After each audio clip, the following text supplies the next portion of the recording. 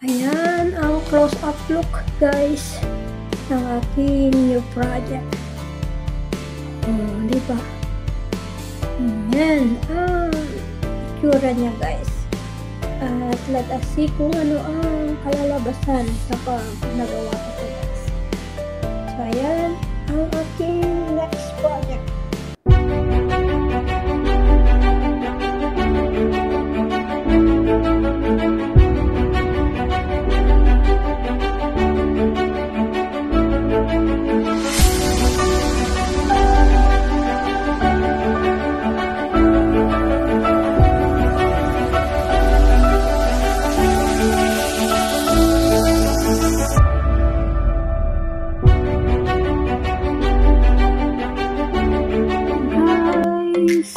Pleasant day to everyone.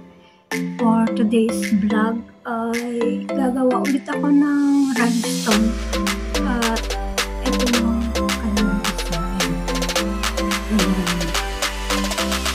Lucky horses. Ayan. So ipapakita ko sa inyo ulit guys kung paano ko ito gagawin. Ngayon sisimulan ko. Let's start by opening at i-check natin kung ano yung mga nakapaloob sa box kasi hindi pa yan naka-sealed pa talaga siya. Ayan, naka-sealed. So para makita kung kompleto nga ba yung materials.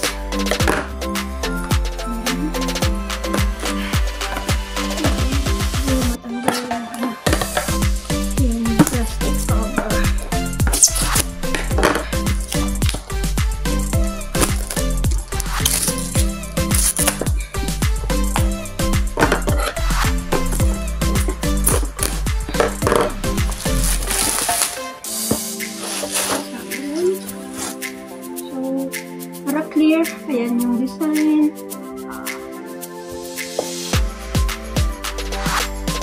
Nakasealed talaga siya.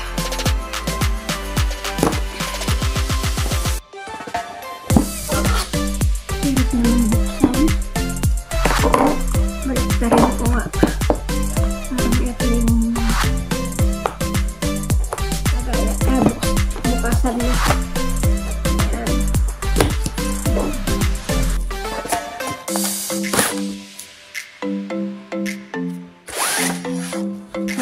Ito yung canvas paper niya guys. Oh no! Umikot pati yung camera. So ayan. Ito yung mga beads. Ito yung canvas paper niya. Ito yung symbol na kailangan nating sundan. So may 25 colors siya based dito guys sa guide. So ayan ang aking gagawin. So itutuhan ko today. Sana matapos ko. Ngayon ay December 24 evening time. I-update ko kayo guys kung ano yung matatapos ko. Weekly na lang. So let's start by making it. Start making it now. Time to start for the next project.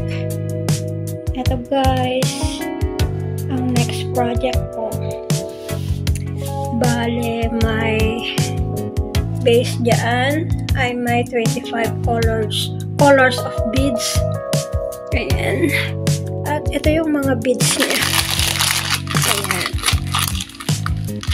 Parang napaka-colorful. So, mag-start ako ngayon ng panibagong project.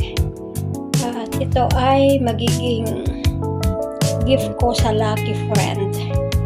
Kaya sana ay matapos ko ito ulit ng in a month kung sisipagan ko siguro ang paggawa. Kasi medyo malaki guys. Ang size nito ay 120 by 50 cm. Ayan. diba? Ayan. Ang itsura, closer look ng project na gagawin ko. So, heto na guys, ang 1 week kong paggagawa. Ayan, yung mga makintab-kintab na yan. Ito sa baba na to. Ayan, ang natapos ko. At saka, yan, sa half part ng 2 kabayo. Saka dyan sa taas. Yung itim na parte. So, ayan, ang natapos ko guys ng 1 week. At i-update ko kayo soon kapag natapos ko na yung iba pang parte. At ito ay 7 days kako sana ng paggawa. O, diba ang ganda niya? Napaka-colorful yung nasa baba, yung mga bulaklak. At pati na rin yung kulay ng mga kabayo. So, heto na guys, ang aking natapos ng 11 days na paggawa. Ayan. Buksan ko para makita ninyo. So, ayan guys, ang natapos ko ng 11 days na paggawa dito sa aking ginagawang rhinestone. So, ayan. So, ito guys, gumagawa ulit ako ng aking obra maestra. Obra maestra talaga. Ayan. So, kulay itim yung dot na symbol ang ginagawa ko sa kasalukuyan.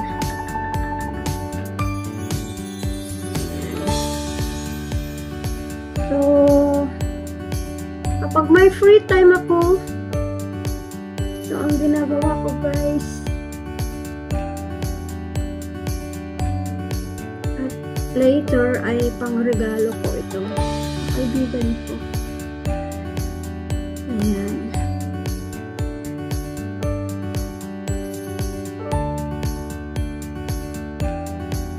Diba? Ganda.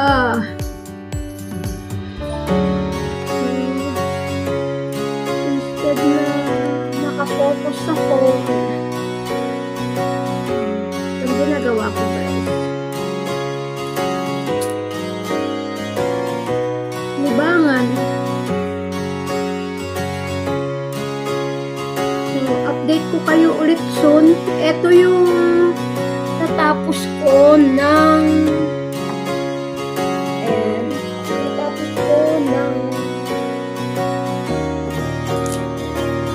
11 days na paggawa. O, diba? Ang ganda niya. Ayan. Ayan, guys. So, i-update ko ulit kayo soon, guys. After a week na paggawa ulit. So, thank you again. Ito na, guys. Ang natapos ko na 19 days. Ayan. Tapos ko na yung 4 na kabayo. Nandito na ako sa pang-5. So, ayan. Kita na yung ganda. Bali, pang-5 kabayo. Tapos ko na rin diyan. Dito sa baba. Kaya, ito ang update ko guys sa aking ginagawa. Ayan. O, diba? Ang ganda niya. Napaka-colorful. Diba? Kakawili ang gumawa guys kapag nakikita na yung ganda ng ginagawa. So, ayan ang aking update. So, ito na guys yung ginagawa ko. Nandito na ako sa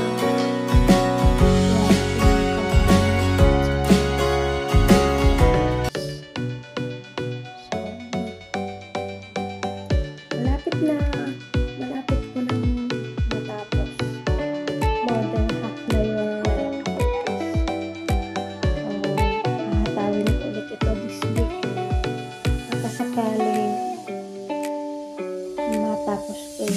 kalahati nito.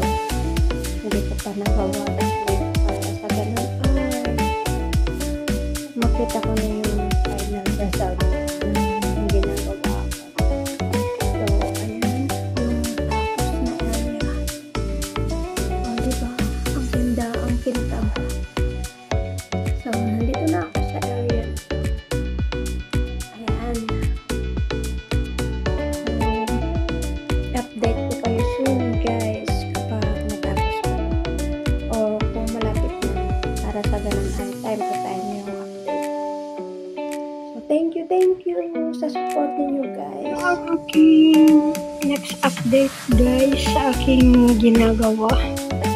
So, bali ito ang natapos ko within 24 days ng aking paggawa. So, nandito na ako sa may plastic na area. Ayan. Saka, as you can see, na natapos na rin ako sa area na yan. Sa last na kabayo. Sa ulo ng last na kabayo. So, ayan ang ginagawa ko, guys. Sa ngayon. So, ito ang natapos ko ng within 24 days of making.